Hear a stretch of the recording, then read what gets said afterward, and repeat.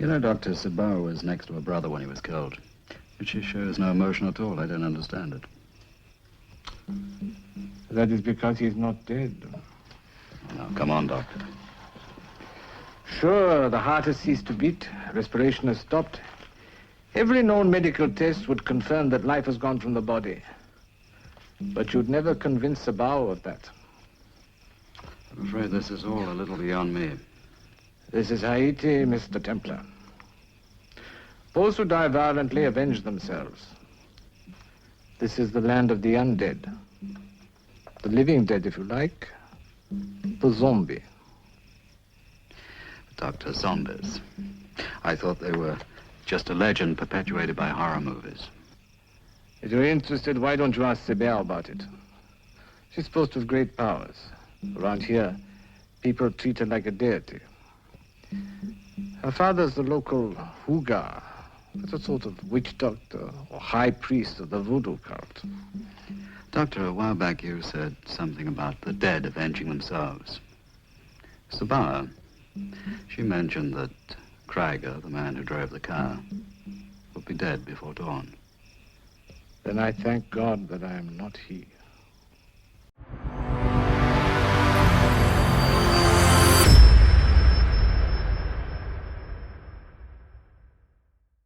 Welcome back to Geek Channel 8. I'm Eric. And I'm Johanna.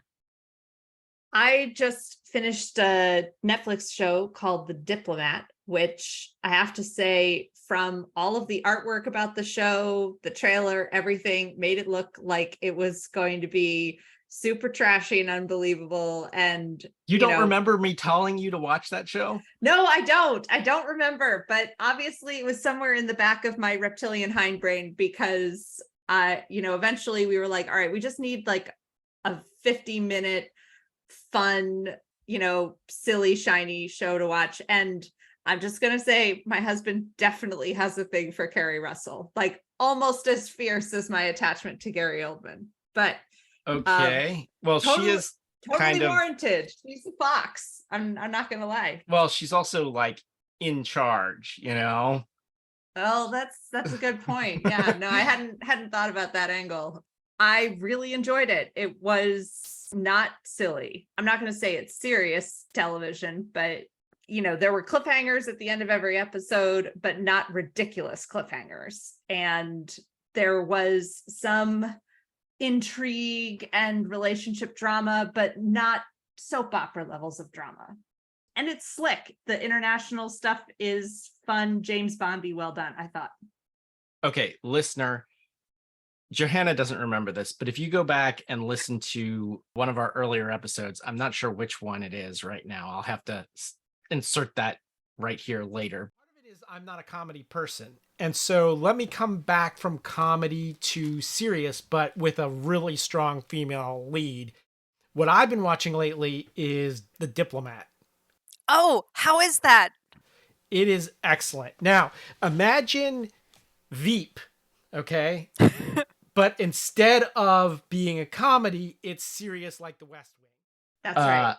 So we don't have to do a correcting the record on this. All right. How about you? What are you watching? I have not actually been watching a lot of stuff lately. I have been more streaming podcasts and music. And I've been listening to one of the ultimate modern rock playlists, which was the Modern Rock 500 by WOXY. WOXY was a station that you might remember Rain Man talking about in Rain Man. Bam, the future of rock and roll, he would say. And it's pops up here and there in pop culture. It was a small station not far from Cincinnati, Ohio. It often took #1 in Rolling Stone readers' polls of best rock stations in the US. It was amazing. And it only lasted for about a decade, but then it was revived as an internet radio station. And then it moved to Austin, Texas, and was revived a second time. So that was its third incarnation. And then there was recently a bunch of DJs that worked there got back together and started podcasting about it, and they decided to bring it back. The Modern Rock 500 was something that we did every summer, where DJs would pick 500 of the best songs that the station played and have a countdown that lasted all weekend long. So the latest one, it's on Spotify. So if you go look for WOXY on Spotify, you can find the playlist for the last Modern Rock 500 that they'll probably ever do. Yeah. That's awesome. Yep. Okay. Let's start talking about The Saint. Both of these episodes that we're about to talk about happened in 1965. They were from season 3 and season 4, one toward the end of season 3 and one toward the beginning of season 4. But I'm going to give you a little background to the year in between 1964 and a little bit about 1965. On January 20th of 1964, Meet the Beatles came out. I used to have that on vinyl. Actually, it was my dad's, but yeah, I think he got rid of all his records. And I was like, no, I could have paid off my student loans with that first pressing of Meet the Beatles. I don't know if mine is a first pressing, but we actually have been listening to Meet the Beatles on vinyl because I got my son a record player for his 14th birthday, which could have gone either way. It either could have just sat there collecting dust, or it could have been his favorite thing. And thank goodness it was the latter. And my parents brought a whole box full of their old records, among them the White Album on vinyl and Meet the Beatles and just a bunch of Fleetwood Mac Rumors, a bunch of awesome stuff. So anyway, I know what you mean. It sounds really great on vinyl. Well, vinyl is awesome. I was just at the record store yesterday, but I was at the record store in Boston, and I live in Vermont, and it was so hot yesterday. I was like, God, there's so many good records here that I can't get, and I don't like mail ordering records.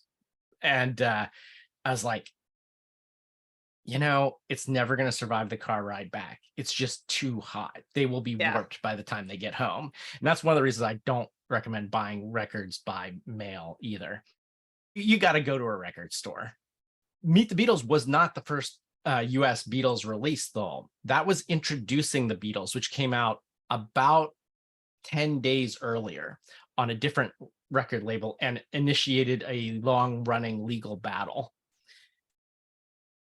February 6th of 1964, Cuba cuts off the water supply to the Guantanamo Bay Naval Base, U.S. Naval Base, in a reprisal for the U.S.'s seizure of 4 Cuban fishing boats off the coast of Florida. So tensions high with Cuba, all eyes on the Caribbean at this time. March 14th, a jury in Dallas, Texas finds Jack Ruby guilty of killing John F. Kennedy's assassin, Lee Harvey Oswald.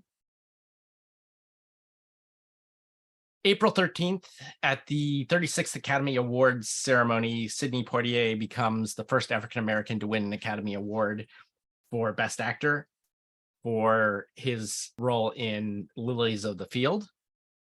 May 1st, at 4 a.m, John George Kemeny and Thomas Eugene Kurtz run the first program written in BASIC, computer language, which they created as part of the Dartmouth College computer time-sharing system.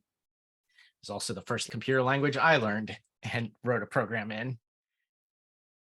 June 14th, Haiti's new constitution made Francois Papadoc Duvalier president for life with absolute power. All the ballots came pre-marked with yes for a constitutional amendment to allow this, and there was no limit on times someone could vote. It passed with 2.8 million yeses to 3,234 noes. Even if he hadn't been nominated as president for life, he still won the general election with 1,320,748 yeses and 0 no votes. Duvalier was a voodoo priest who used voodoo to increase his power and standing in the Black community of Haiti. He often dressed as the voodoo spirit of the dead, Baron Samedi, who you might be familiar with. That is the voodoo guy that is dressed in top hat and tuxedo and often dark glasses and a skull face. Sometimes cotton plugs in the nostrils like an Undertaker would have. Baron Samedi is also known as Uncle Skeleton. During Duvalier's reign of terror, tens of thousands of Haitians were killed and many more were raped, imprisoned, and tortured. He would have his more significant enemies decapitated and supposedly would sit in the bath with his top hat on to consult with them. July 8th, in Haiti, the secret police force of Duvalier, the Tonton Macoutes, I don't know how to pronounce it, my French isn't great, they arrested Joe Gaitien, a Haitian football player, which is what we call soccer, who had been on the U.S. national team in the 1950 World Cup, and he was never seen again. His family opposed Duvalier, and they were taken to Fort Dimanche prison, tortured, and presumably killed. August 5th, 13 young Haitian exiles from New York, calling themselves Jeune Haiti, which means young Haiti, at Petite Rivière de Damarie, Haiti, they land there with the intention of overthrowing Duvalier. They were rumored to be backed by the CIA. They were all killed over the next few months. So this is another Bay of Pigs kind of thing, except in Haiti. Since several of them were originally from the town of Jérémie, Duvalier ordered reprisals against their family members, and between August and October of 64, killed at least 27 people. We have 27 names, but could be up in the hundreds, actually.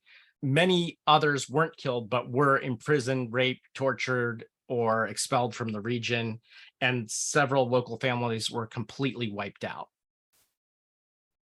From August 21st to September 5th, Hurricane Cleo slams the Caribbean and the southeastern United States. It first hits land in Barbados and then makes its way all the way up to Norfolk, Virginia. But by far, the worst hit is Haiti, which takes the brunt of it. Of the 156 total fatalities caused by Cleo, 132 of them were in Haiti. In 1965, January 30th, the state funeral of Winston Churchill takes place in London, the largest assembly of dignitaries in the world until Pope John Paul II. February 25th, Sibao, this episode of The Saint airs. March 2nd, in the Vietnam War, Operation Rolling Thunder begins. That's the bombing campaign by the U.S. Air Force. And it goes on for 3.5 years.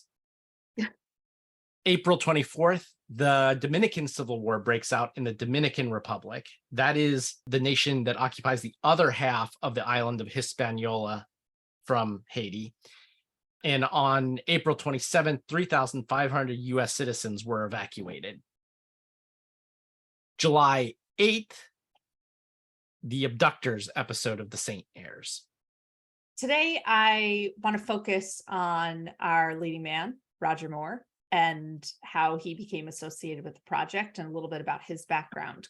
Since we haven't profiled him yet as one of our Bonds, I'm going to save Bond-related trivia for a future time. But I found his early life and work kind of interesting, and listening to interviews with him talk, even at 90, at some of his later interviews, he's still as effortlessly charming as ever. He was born in 1927, the only child of a London policeman. So even though he's got this very polished, cultured, debonair character that he seems to always play, that is definitely not where he came from. He mostly lived in London growing up, except when he was evacuated to Devon during the Blitz, then came back home. Just so happened when his father was investigating a robbery at the home of film director Brian Desmond Hurst, Moore was tagging along that day and struck up a conversation, told Hurst that he was interested in showbiz and was hired as an extra for the 1945 film Caesar and Cleopatra, where he developed a little bit of a reputation with the ladies. He was very popular. He had some off-camera female fans, And based on this charm and, the fact that he was able to hold his own as an extra, Hearst decided to pay Moore's way to go to the Royal Academy of Dramatic Art. So not at all the typical Hollywood story of being a legacy or just being wealthy enough to afford to pick up acting. He happened to be at the right place at the right time, and apparently spent a lot of time shadowing his dad as a police officer. Moore stayed at RADA for 3 terms, but at 18, shortly after World War II, he was conscripted for national service into the Royal Army Service Corps as a second lieutenant, and then quickly moved up to be an officer in the Combined Services Entertainment Section, which is basically the Brits' version of the USO. So he was stationed in West Germany, looking after entertainers for the armed forces in Hamburg, which is just a very interesting picture to have of Roger Moore. Yeah. Being stationed and just kind of like looking after other singers and comics and actors and whatnot. I could go down a whole rabbit hole about learning more about the Combined Services Entertainment Section, but something about the title of this makes it sound, I don't know. It doesn't sound like the USO. It sounds like something actually much sillier and Monty Python-esque, but future reading. If you all want to go report back, or if you happen to be experts in the Combined Services Entertainment Section, please write to us at Eric. What's the address? How many times have I said this and you still don't know? GC8 podcast. That's letter G, letter C, and the number 8, GC8 podcast, all one word, at gmail.com. Yeah, so please write to us if you happen to be experts in the Combined Services Entertainment Section and want to chime in about whether this was in fact a serious or silly organization. Moving on, in the early 1950s, Roger Moore had by then picked up a few small acting roles here and there, supporting characters in major films starring Elizabeth Taylor, but nothing where he was going to get a major credit. So he also did some modeling. He actually became very famous as a model for UK knitwear, earning him the nickname The Big Knit, which I had never heard before. The Big Knit, that is not a compliment. But just thinking about how good Roger Moore looks in ski wear in the James Bond films, I could absolutely believe it. He also did advertisements for other products like toothpaste, and based on the smile, you can just picture that. But he didn't get his breakout role until Ivanhoe, which was an adaptation of the famous romantic novel by Sir Walter Scott. Apparently, he got trampled by horses a couple times in the course of filming this, but was still totally game. Ivanhoe recorded 1958 to 1959, which ran concurrently with some of his other film projects. Then he moved over to Warner Brothers in 1959, where he was in one episode of Alfred Hitchcock Presents, which is relevant. We were referencing that in our last episode. And a couple other shows, including an adaptation of The Third Man, which was TV version of the Orson Welles film.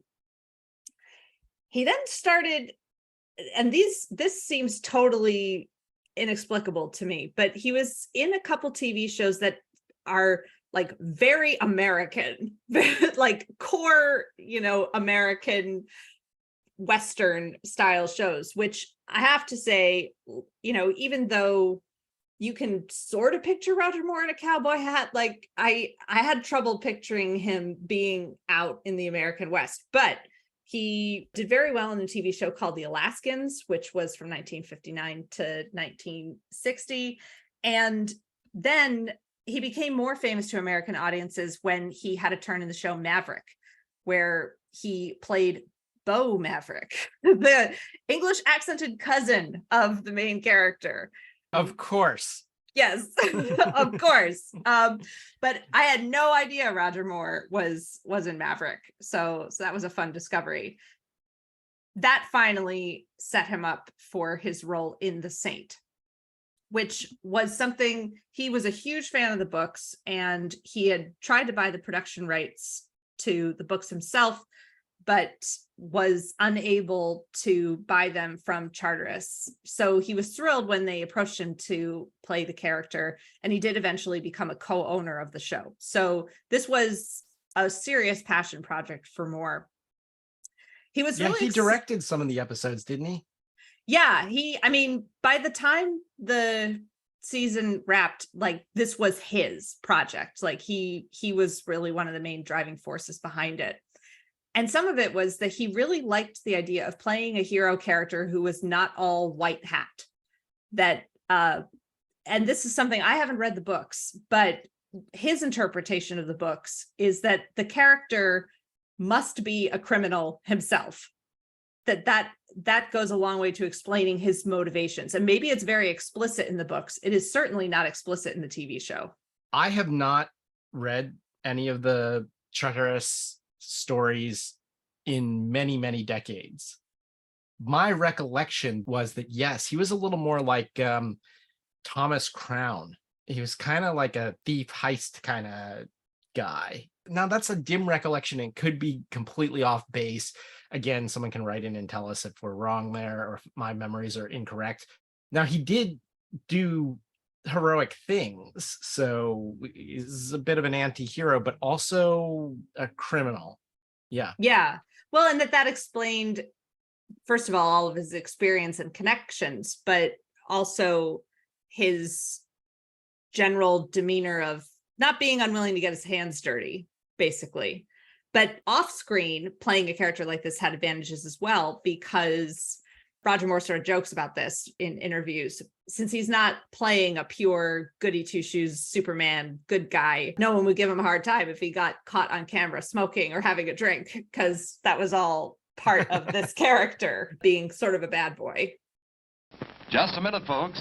Yes, that's all it takes to visit our refreshment counter in the lobby. There you'll find popcorn and an assortment of popular candy bars to please every taste. Try one of these delicious candy bars. Big Time, Butternut, Milkshake, Payday, topped with Hollywood's super rich coating of the kind you like best. They taste wonderful, they're delicious, they're nutritious. Get one at our confection counter in the lobby now. For the lobby segment here, I'm not going to give you a recipe. This is back to what our lobby segment was originally about: food or drink pairings. What goes good with this thing we're about to view? And this was a total accident, but this, I swear to God, is what I had to eat while I was watching this first episode, Sibao. I live in Vermont, as I had mentioned, so I eat a lot of Ben & Jerry's ice cream. And I had a big dish of Chunky Monkey ice cream. It didn't occur to me at the time, but it occurred to me afterward that this is the perfect pairing, because today's episode takes place in Haiti. Haiti's biggest exports include cocoa, sugar, and bananas.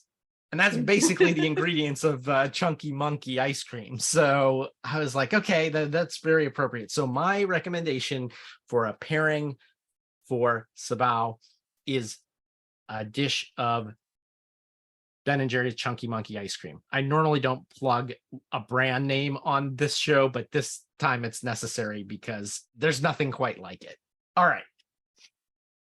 That sounds perfect. And for those of you who don't know, we're recording at 9:30 a.m. in the greater Vermont, New Hampshire area. And it is somehow already like 80 degrees outside, and neither of us has air conditioning. So actually Chunky Monkey right now at 9:30 a.m. sounds excellent. I know, I'm tempted to go get some right now. Let's talk about season 3, episode 21 of The Saint, Sibao. So as I said earlier, this opens in Haiti. We're in a nightclub and there is a dancer doing a voodoo dance. I actually remember this opening from seeing it as a kid, or when I first discovered The Saint. This was definitely one of the more memorable openings of a Saint episode. He's dressed like Baron Samedi, who I mentioned earlier. Remember this dancer. I will talk about him in a future episode. This is Bosco Holder, who also did all the voodoo dancing choreography in this episode. Not just this drumming voodoo music, but all the music in the Saint series is, in my opinion, one of the highlights of it, including that opening theme for the Saint. Music is just something that is really well done in this series. One of the things that impressed me about the opening is just the immediate sense of Simon Templar as a British man traveling abroad with ease. One of the things I was paying attention to in this episode was kind of how some of the post-colonial or mid-colonial British stuff was going to play out in this series relative to, the later Bonds that Roger Moore is in, since by the time he was Bond in the 70s and 80s, Britain had many fewer territories than they did, kind of leading into this time period. So I was sort of looking for that and just kind of wondering like, I wonder how this portrayal is going to be different in the early 60s. I actually didn't find it to be quite as problematic as I expected it to for the time period. But I did notice that this is something that they're building about his character, is that he's a British man traveling in Haiti and knows his way around. Yeah. As part of this whole voodoo stuff that we get at the beginning, he meets Sibao, played by Jean Rowland. She dumps out this bag of sand and says she's going to tell him what his name is. And it's revealed that it is Simon Templar. And that's where we get the opening music. He goes back to talk to a couple of his friends back at his hotel. It's obviously a set, but Roger Moore helps sell this by slapping a mosquito in the very beginning. And I'm like, oh, that was a nice bit of improv there, like slapping at his neck, like he just got bit by a mosquito. He and his two friends, they go back the next night to the same place. And one of them, Mr. Krieger, gets really drunk. And he's going off on how, voodoo is a sham. And Sibao says that his name isn't actually Krieger. And she reveals that his real name, in the same way by pouring out the sand and divining it, is actually David Grant, if her voodoo is to be believed. One of the things that's interesting is from the get-go, Simon Templar, like from the moment that she reveals his name, he's like, this is real.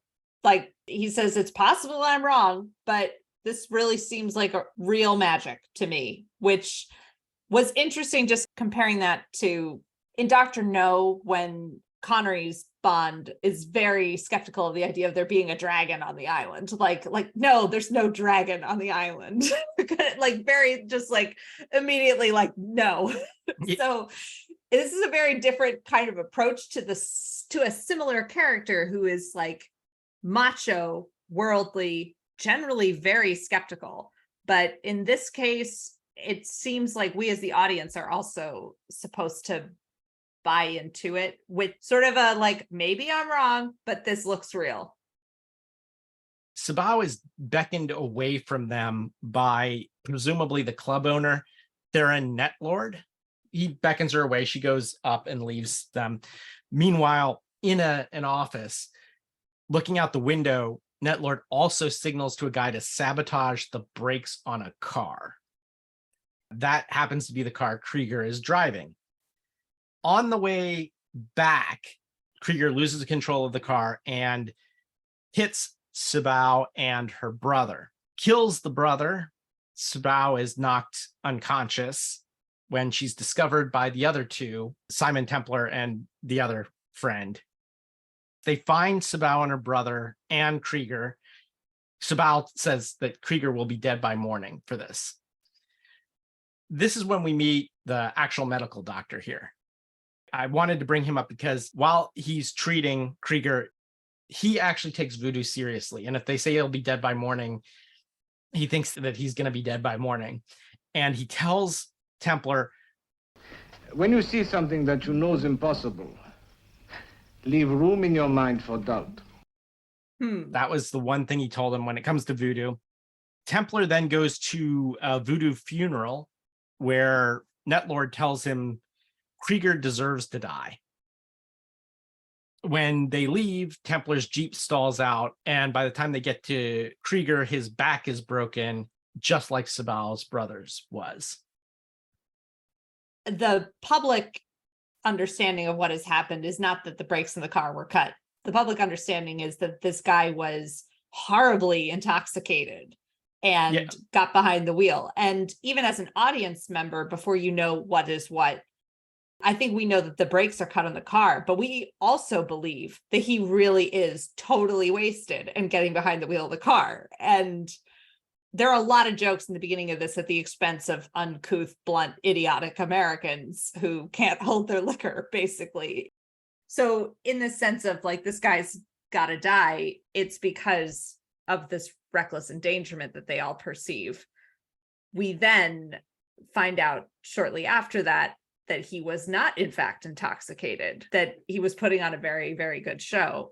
And perhaps the only person who knew it was Netlord. Yeah. Templar searches his room and discovers that he was indeed named David Grant, or had an alias as David Grant. He is a spy. So Templar calls the Pentagon in Washington, D.C. Apparently, at this point in the series, Templar is already connected to the world of espionage. And they know who he is, and they're going to send someone to fill him in on what Grant was working on that was, quote, pretty hot. They want to hire Templar to take over his investigation into Netlord, who was supposedly involved in Cuba with Castro, in British Guiana when the Troubles started there, and now he is there where they're having issues between Haiti and the Dominican Republic. Now, this is actually really believable because as we sitting here in 2023 know, the US and large powers like Russia frequently hire mercenaries to do their dirty work and stuff like that. This has been all over the news lately because of the war in Ukraine. But also, as I gave it the background, there was a lot of worry that Haiti and or the Dominican Republic would go communist just like Cuba. And there was an active revolution happening in the Dominican Republic, and there was this strong man to extract aid from the US was flirting with the idea of going communist in the Duvalier government, Papa Doc. He sort of played both sides of the fence on that. So this is actually very timely if you were to be watching this in 1965. Netlord invites Templar for dinner. He also says he's engaged to Sibao. Sibao sends a protection amulet, this voodoo amulet, to Templar's hotel room. But he decides to take his own protection, a Walther PPK. All right. The Bond gun. It was a conscious choice, if it was a choice. Right. Well, also, there's a reason that Bond carried it. It was a very reliable gun. It's not hard to imagine that they could independently have come up with that. But given its connection to Bond and that the Bond franchise was super hot at this time, it's more likely that they're like, oh, give him a Walther. We find out that Netlord intends to marry into the voodoo cult through Sibao. He drugs Templar's wine at dinner. This results in a fight. Netlord shoots Templar. We later find out that Templar survives due to the protection amulet, which stops the bullet, this metal disc that he had on under his clothes. In our final scene, Netlord is being purified to be initiated into the voodoo cult, and Templar arrives and interrupts. What we know from their dinner conversation is that regardless of whether you believe in the magic part of voodoo, there are lots of people in Haiti who believe in voodoo and will follow a voodoo priest. And this is how Papa Doc Duvalier kept control of Haiti. Basically, he was a voodoo priest and people were afraid of him and his death squads. But yeah, so there were real reasons to be afraid of him, but there were also superstitious reasons to be afraid of him. I don't know if he had expansionist tendencies, but this character, Netlord, certainly does. He thinks not only is he going to take over Haiti, but he's eventually going to take over Africa and South America. He's eventually going to grow this voodoo cult to the point where it becomes a global power. Templar tries to tell the current, I think they're called Houdan, a voodoo priest, that Netlord is not a good person. And so it's decided that they're going to solve this via the test of the serpents. Okay, can I pause here? Go ahead. I have a little parenthetical note here that just says shark meter ? Where do we draw the line on the shark meter? Like, do poisonous snakes in this context get a shark meter? Like, even just like a beep? Maybe the faintest ping off in the distance. And the reason I say that is because sharks and snakes are fundamentally different. So not only are sharks aquatic, and snakes usually are not aquatic. If it was an aquatic snake, I'd say something different. But the thing that is usually true about them that might work here is that they have to go where they can't see. They have to reach into a basket and of snakes, and whether or not they get bitten or not, we'll see. Which reminds me more of, rather than a shark meter, I think our Flash Gordon meter is pinging here. Although that came a lot later.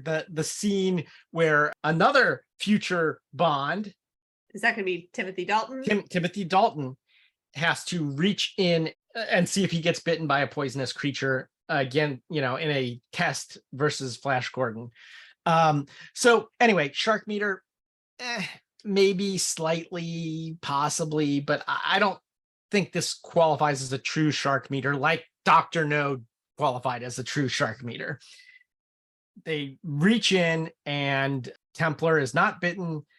Netlord is bitten and dies. But in the final reveal, Twilight Zone style, we see that the serpents are revealed to be nothing but ropes in this basket. So what happened? What do you believe? Do you believe in voodoo or not? Jean Roland, who plays Sibao in this, also had an uncredited role in the second season of The Saint in episode 21, where she was a secretary. She was a bit of a scream queen in Hammer stuff and other horror films of the time. And she's a Bond girl, kinda. Do you remember her? No. Yeah, you probably blotted out of your mind, as did I. She was the captain of the guards in Casino Royale 1967. Oh, yep. Yeah, definitely tried to scrub that as much as possible. And we haven't watched it yet, but she's also going to be Bond's masseuse in You Only Live Twice. So that's a legitimate connection to the Bond franchise. So again, here we are watching The Saint and seeing that it has more connections to the Bond world than just Roger Moore. I definitely liked the fact that it's playing with this supernatural and doing it in a way that doesn't feel too campy. It's just enough to reveal a new dimension of the character. Seeing how Simon Templar responds to not having complete control over everything or not being the one who has all the connections, but instead just seeing how he responds to these other powers and is a very careful politician, for lack of a better word, really kind of navigating like, okay, Sibao really is the person who has the power here in this sphere and the voodoo cult. And my job is just to make sure they don't get accidentally dicked over by this horrible guy. And if I can focus my attention on revealing him as a fraud, Simon, of course, has no interest in power himself in this area. But it's interesting seeing him navigate that, where he's not taking charge of the situation. He's more responding to it. And I think it's a nice way to add some variety to the show. Yeah, I liked seeing an episode where Simon Templar was outside of a city. The scenes when they're out on the road with the Jeep, and of course the stuff in the club, the voodoo stuff in this is really well done, especially that opening dance. But there's other voodoo dancing that happens later at the ceremony, which is really cool too. So I think that was all great. I think we have to wrap this up, though. If you want to talk to us, you are free to email us at GC8podcast. That's letter G, letter C, number 8 podcast at gmail.com. We release every date with an 8. So the 8th, the 18th, and the 28th of each month. And until next time, this is Eric. This is Johanna. Signing off.